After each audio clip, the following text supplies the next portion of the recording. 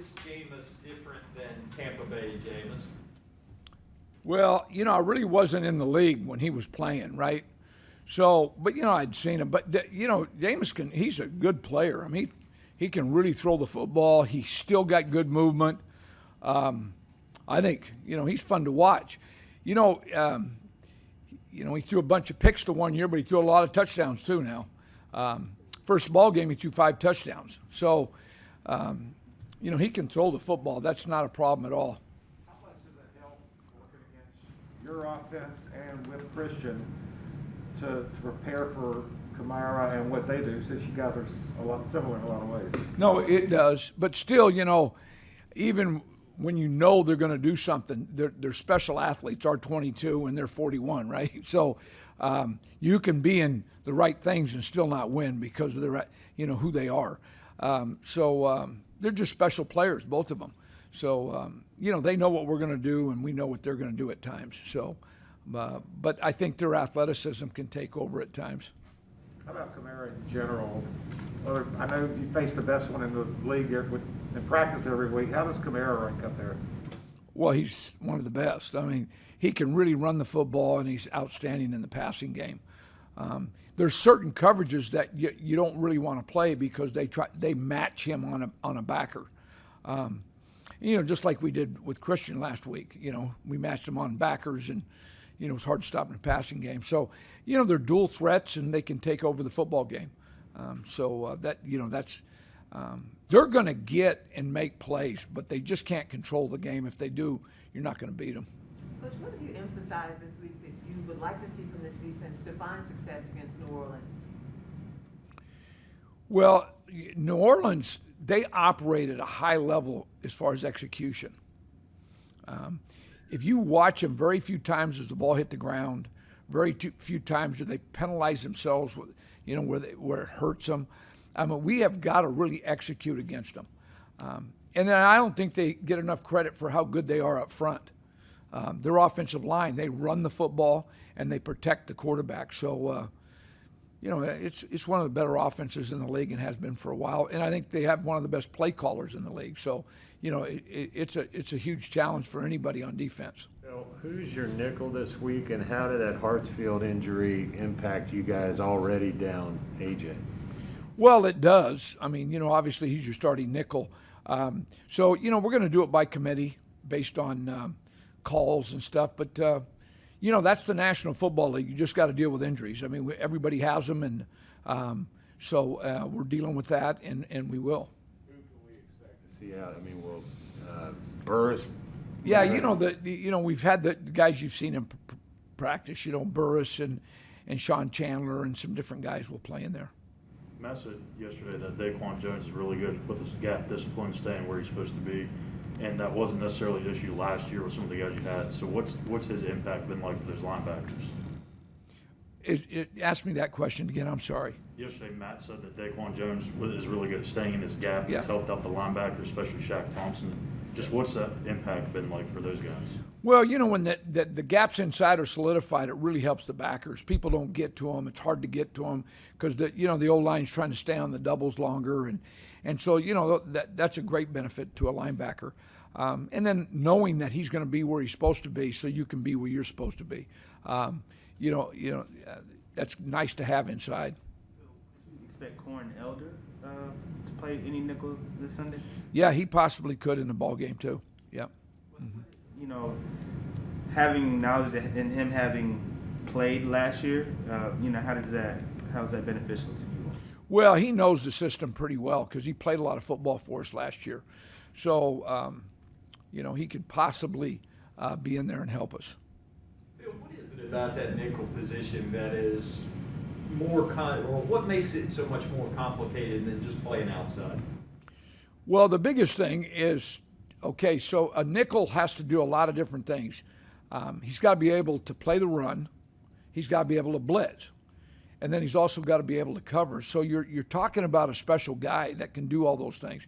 The cover guys out wide, they don't have to run support very often. Now, there's a run that they have and run that we have called duo that makes the corners tackle. But for the most part, they don't have to do that, and they don't blitz very often. And you got to be an effective blitzer as a nickel. So, there's a lot to the nickel position. And, in this league, it's actually a starting position. We all laugh because, we say our base, but the base doesn't play very often. The nickel plays way more than the base. So it's a starting position in the National Football League like any other position. What was the breakdown on that last year for you guys? Base versus nickel? Well, we play a little bit more base than most teams. Certain personnel groups, most teams just go to nickel right away. We don't necessarily do that. We don't play quite as much nickel as some teams. What do you consider your base? Well, our base, you got Hassan Reddick at one linebacker, and then you have Shaq and Jermaine. And then once they're out and there's different combinations, now we're in different packages. Well, we're able to get pressure on Zach Wilson Sunday. What have you perhaps found this year that maybe you didn't have last year? Well, I think, one, we've added some good pass rushers. So, Burns can really rush on one side. Now we have Hassan on the other side, right? But we have a number of different guys that can play there, though.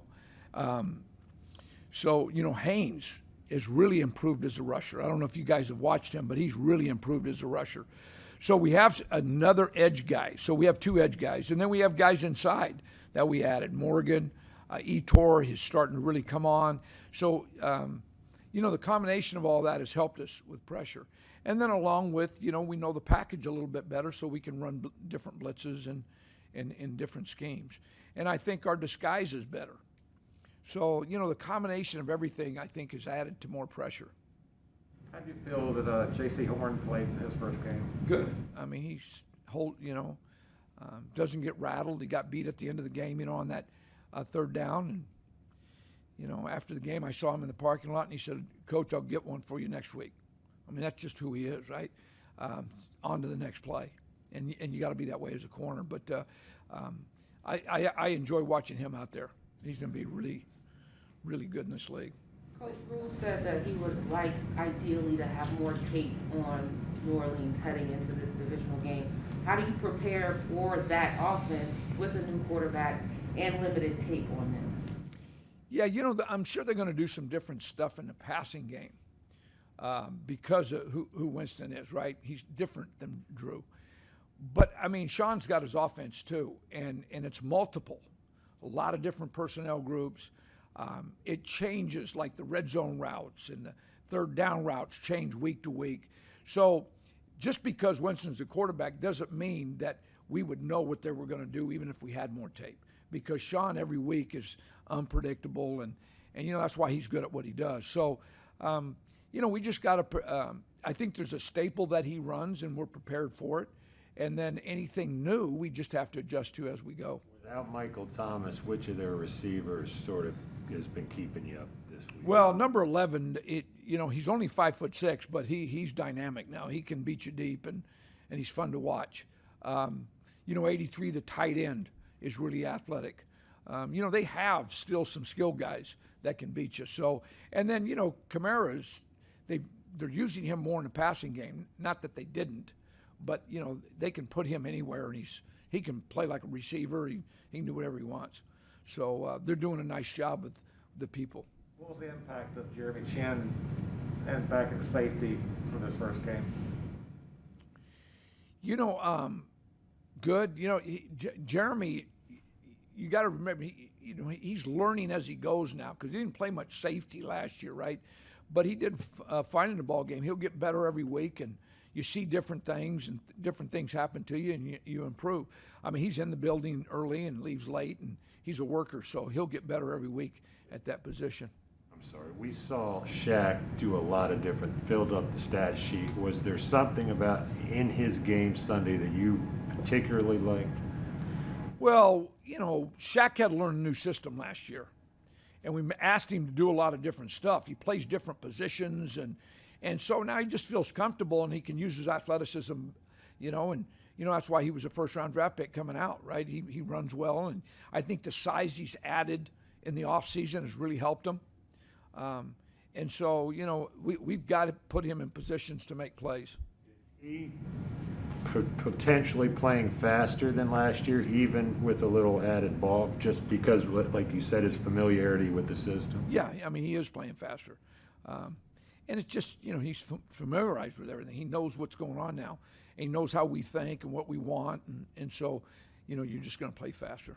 Burns and Reddick said after the game that they think that this defense may be flying under the radar with the talent that's on it. Would you agree with that? I don't make judgments like that. You're only as good as your last performance. So, I'll make that judgment after 17 games. But we're having fun. Hopefully we keep getting better. We have been over the last year. And if we come to work and do the process, then, we'll get better every week. And then let's just see where it falls. But I like the group. There was a touchdown. I think the first touchdown by Zach Wilson looked like he was wide open. Do you recall what happened there, the breakdown? Yeah, we just had a breakdown in coverage, and it happened away from where he wanted to throw. Well, by him getting outside the pocket, he found it. If we don't let him outside the pocket, he probably never finds it. So there was a couple things that went wrong on that play that was not a very good play for us, really, from a coverage standpoint and containing the quarterback. So they ended up throwing a touchdown. Coach, the Saints have won 8 of the last 9 meetings, I believe, but this is basically a whole new Panthers team. How much is it of an advantage is the youth, so that they don't have like that bad blood or that kind of mental hangover? Yeah, it's interesting because, we have so many young guys. They don't know what you just said, right? 8 out of 9. Now we have some older guys that do know, like Shaq, right? Been in the locker room. So I'm not sure how much they talk about that. I really don't talk about what's happened in the past other than to learn from it. But the win-loss deal I don't talk about. So I've not brought that up to him. Where have you seen him grow? Well, he's a really good pass rusher. When I say that, he has really good speed and has the ability to really come around the edge, right? But I think he's really learned how to rush now. And I think Coach Johnson that came on the staff and Frank and Allen, all those guys have done a great job. You can see his hand movement and how he rushes has really improved. He's always had the ability to do it. So I think he's learning who he is and how to beat it, because the people he's rushing are big. He's 240, 45 pounds, right? And he's learning how to use his body to beat those big guys.